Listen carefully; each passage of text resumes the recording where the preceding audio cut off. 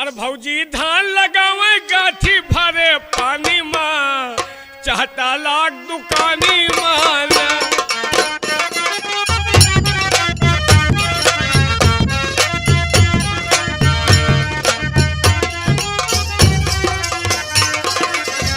ओ भौजी धान लगावे, ओ भौजी धान लगावे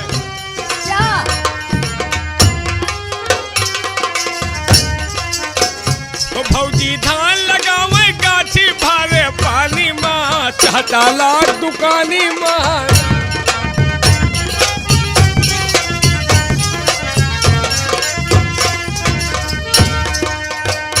बूढ़ा बुढ़ाऊ का समझावे, बूढ़ा बुढ़ाऊ का समझावे, बूढ़ा बूढ़ा का समझावे, बूढ़ा दियो में वाला। लेकिन क्या समझा रही है? समझावे वो बूढ़ा का समझावे लौंडा। क्या? ये जो बैठे लौंडा पेड़ उचारे,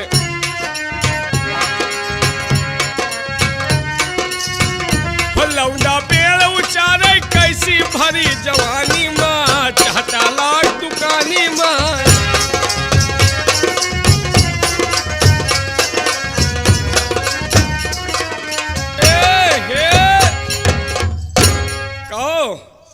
उस्ताद जी। हाँ जी। आदाब आदाब आदाब।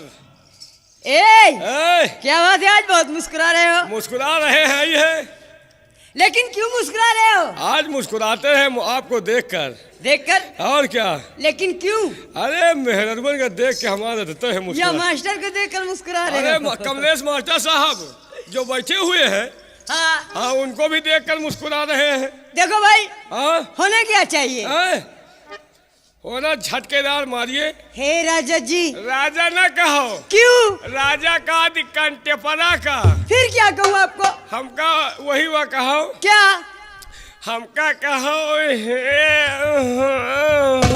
क्या?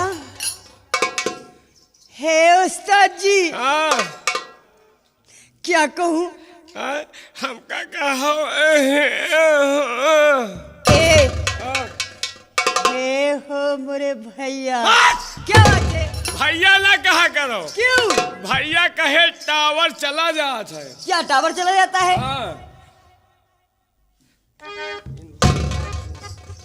लेकिन है जी। हाँ जी। होना क्या चाहिए? कोई बढ़िया झटका मारो। झटका? हाँ।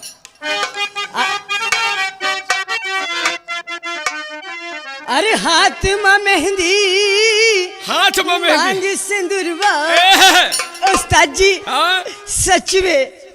अरे हाथ में मेहंदी मांग सिंदूर बर्बादी का जलवा हो गया हो बर्बादी का।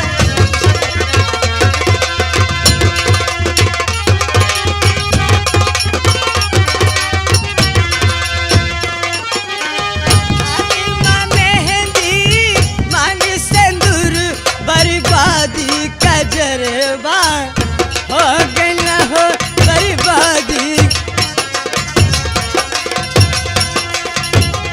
हाथ में मेहंदी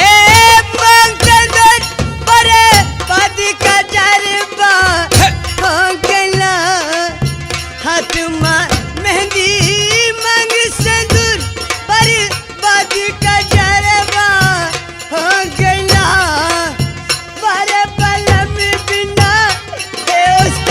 हाँ जी। सच में? क्या हुआ? ना मालूम क्या हो गया। क्या हुआ? जब तक मैं अपने पति को देखती नहीं हूँ, तब तक मुझे चैन और नींद नहीं आती। तुम अपने पति को देखते, तुम्हारे पति जानते हो कहाँ है? कहाँ है? विनोद ड्राइवर साहब दरसवा में ट्रैक्टर चला रहे हैं। हाथ में मेहंदी मांग सिंदूर बर्बादी का जरबा हो गया। बारे बलम बिना नींद न आवे, बारे बलम बिना नींद न आवे, करवट ना सुबेरे बा।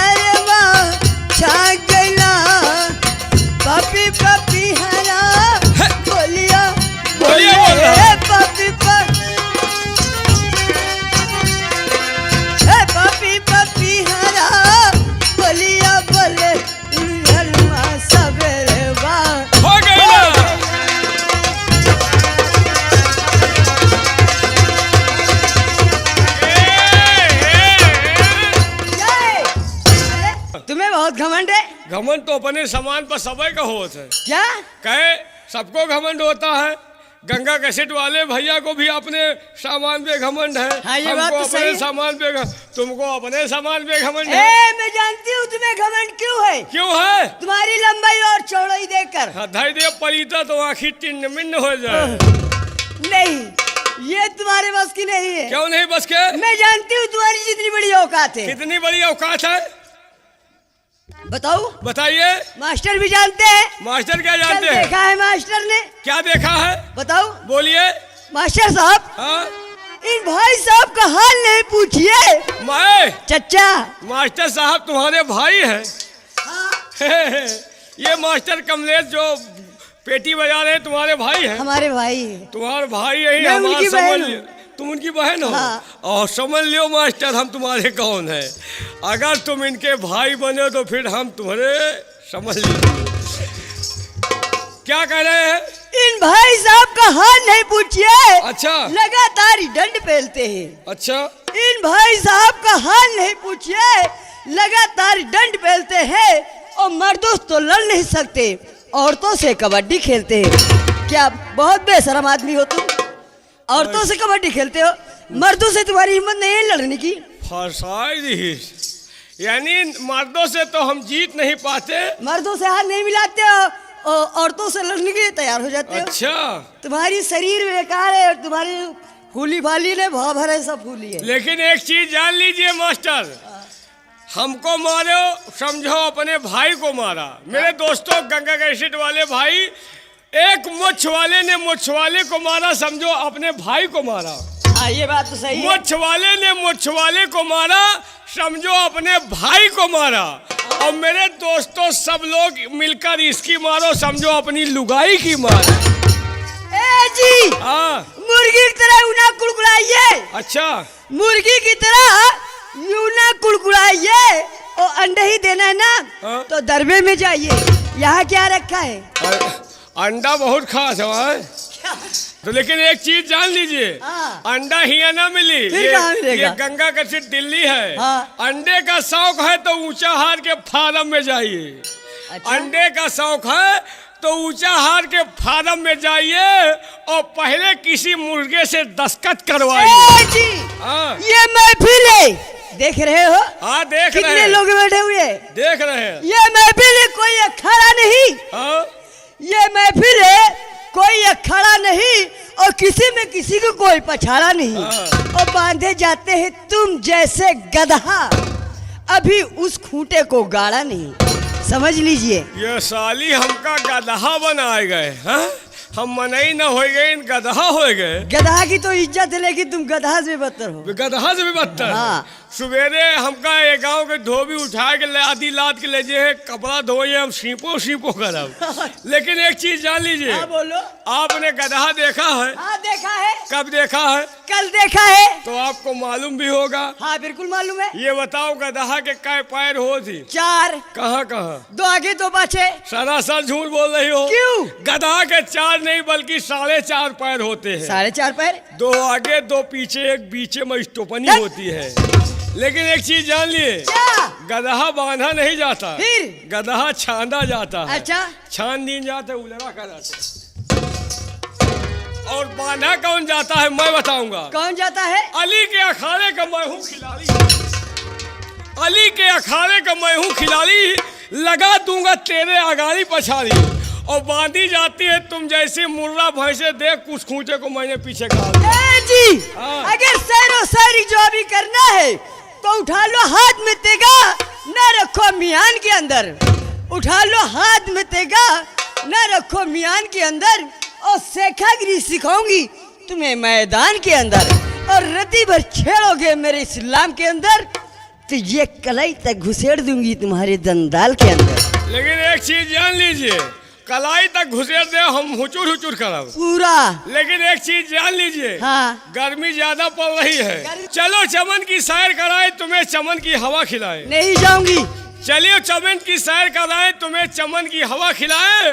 अब आओ जाने मन इसी जगह चड्ढी पहन के फूल खिलाए। जी। हाँ। नरम नाजुक है। हाँ? नरम नाजुक है घास घुसर की, जिसमें तोते नहीं उतर सकते। अच्छा, अगर एक उखाड़ कर दे दूंगी ना, हाँ, तो समझ लीजिए जी क्या होगा? जिंदगी भर सीधी नहीं कर सकते। ये लड़की न हो गए, पिपरमिंट का जार हो गए। दे दूं उखाड़ कर? उखाड़ो। अच्छा, तुम उखाड़ ही लियो।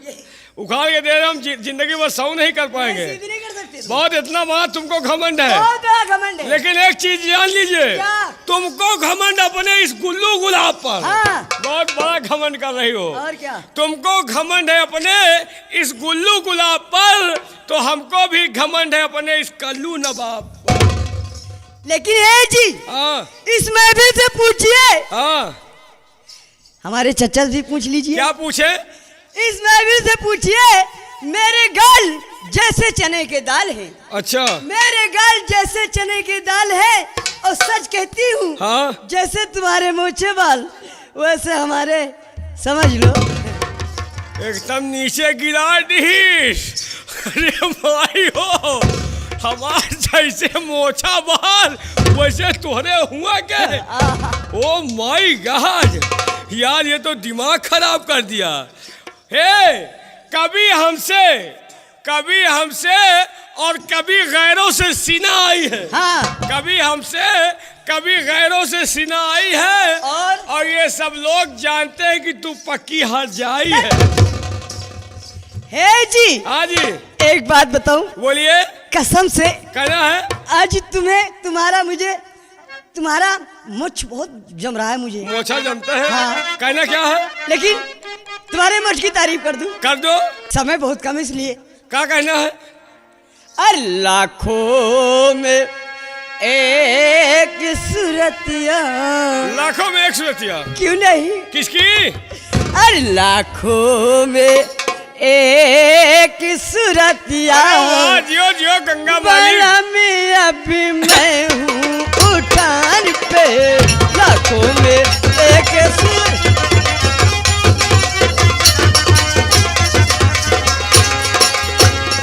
हाँ मेरे दोस्तों, आप लोग ये जो शानदार प्रोग्राम देख रहे हैं, गंगा कैसे दिल्ली के माध्यम से देख रहे हैं। जैसे पानी है तावा पे रोटी, तावा पे रोटी, पानी के राजा जैसे पानी है बाबू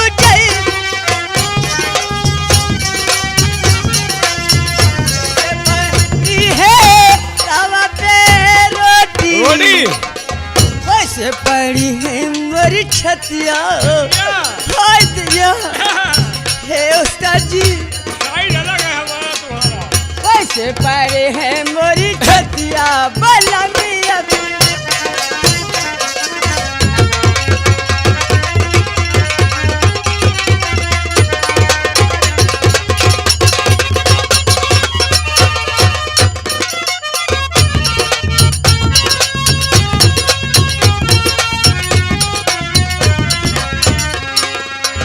जैसे खड़ा के गाड़ी का सिंगल, गाड़ी का सिंगल खड़ा के बाबू जैसे।